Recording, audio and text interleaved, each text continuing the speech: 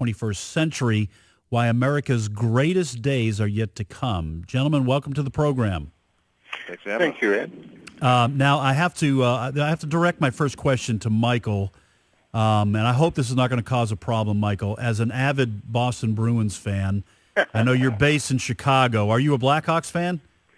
Well, I grew up in the Boston area. Oh, all right. So you've asked me the hardest possible question because, of course, my dad and my sister and my family back in Boston loved the Bruins, and I grew up with Bobby Orr and Derek Sanderson in that whole era. Oh, yeah.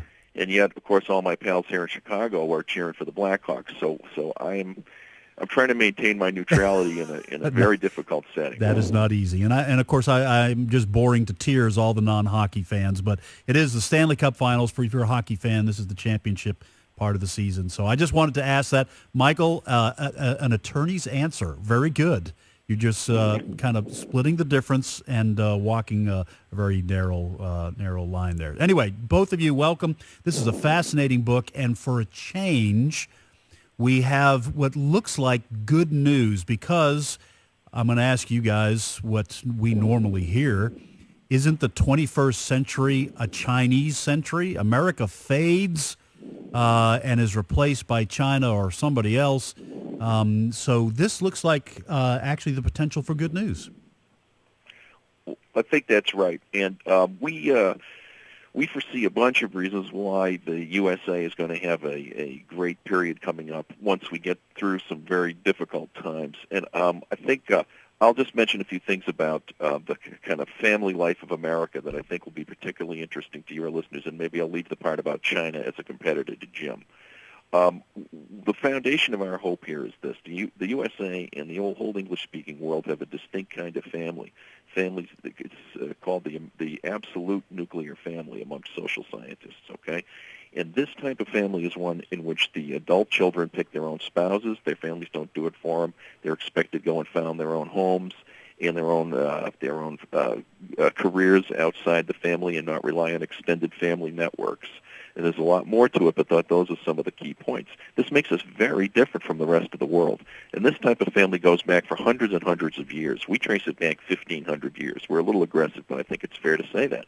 So that type of family is deeply embedded in American life, and that has made us very enterprising and individualistic and very capitalistic, very interested in starting our own businesses, our own homes, and being mobile and free to move around and not having kind of the warmth and friendship of an extended family, but on the other hand, having to be go-getting. And that aspect of American life, even though there's been big changes in the American family in the last couple of generations, is so deeply rooted, we think that's still going to shape our future, and it makes us less likely to end up in a sort of socialistic future that many people are afraid of. Jim, Ray Pritchard here. The name of the book is America 3.0. So there must have been a 1.0 and a 2.0. Tell us in your thinking where we've come from as a nation to get where we are today. Sure. Well, it has a lot to do with what Mike was just saying about the unique nature of the American family. But the America 1.0 that we described was the America at the time of the founding. It was an agricultural country almost entirely. It was a country of small family farms, at least in the north, and in a lot of the south as well. The standard expectation was that you would be in a family, the family would own its own land and farm it, and you would have for government a village or a county or a township that was very much controlled by its the family and the residents, and that most government functions that existed, and there weren't very many, would be done by that community. The state level of government took care of most of the rest, and the federal hardly dealt with much more than defense, foreign policy, and what's called internal improvements, trying to link the states together a little better. And that worked very well for about 60 or 70 years. But with the rise of the Industrial Revolution of the factory system, people started to leave the farms and go into cities. People made the transition from being independent farmers to being employees in a factory, having a boss, and this was all new to most people. The cities themselves, they got crowded very quickly. We didn't have sewers. We didn't have an effective police force. We didn't have any of the mechanisms you needed, so life was very chaotic and difficult. At the same time that people were making more money in this industrial system, and many people were starting their own businesses and rising. So it was a very confused and chaotic time, but eventually we evolved a number of systems, and things got much more centralized because people thought the only way we can tackle these big problems that had no precedent. We never had 500,000 people in one city in America 1.0. We need big institutions. The only big institution people saw was the government, because they saw in the Civil War people began to have a taste, they had some experience with Army life, and they saw that in the Army these things got organized and got done. So they started to apply this model to the way they ran railroad companies. People believed in big units, efficiently organized. Then the big corporations arose, and then people perceived a need to have big unions to counterbalance the big corporations. So by World War I and the Progressive Era, we had a much more centralized society with a much more powerful government, and most people saw the political problems of the day as one of making these big institutions more efficient, which often meant making them even more centralized. And by World War II, we had a machine that worked very well. We won World War II partly because we outproduced and out-organized and efficiencyized the rest of the world and just overwhelmed them. And then what happened was the new technology started to arise, which were much more decentralizing. The original 2.0 America had very centralizing institutions. And now what's happening is that these 2.0 institutions, the big government, the big corporations, big unions, are all becoming more and more dysfunctional. They don't fit the problems of this day. They're starting to break down. They're starting to get less and less effective. And is always the case when you have these failing systems, the first thing people think is to double down on the very features that are causing them to fail, which is why Obama is kind of the revenge. Reagan tried to decentralize things a bit, and he did to some extent. He began some of these transitions into the 3.0 world, partly by looking back at 1.0 models. But, Obama is kind of the revenge of the bureaucrats. He got in and they said, we're going to double down, we're going to raise taxes, we're going to centralize things even more, and we're going to have the government intrude into everyday life even more than it was in the past. And we're saying these are almost inevitably bound to fail, to collapse under their own weight, that this 3.0, much more decentralized world is emerging, and all the problems we're seeing right now are problems of transition and problems of breaking down of dysfunctional organizations. That's why we say things are going to get better, but probably not until we work through this transition and have more episodes of failing institutions trying to save themselves by repeating failed models.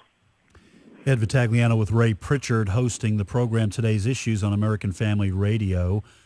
We are talking with James C. Bennett, a writer and entrepreneur, and Michael J. Lotus, a writer and attorney in Chicago. They've written a book called America 3.0, Rebooting American Prosperity in the 21st Century.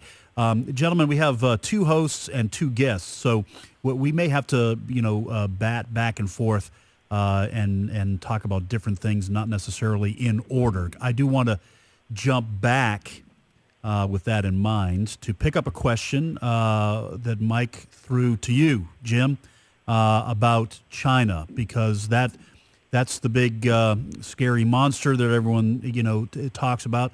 But I do read articles that say that China has actually, even though it's had tremendous growth over the last 4 or 5 years, has a lot of internal problems that would probably mitigate against them overtaking the United States completely.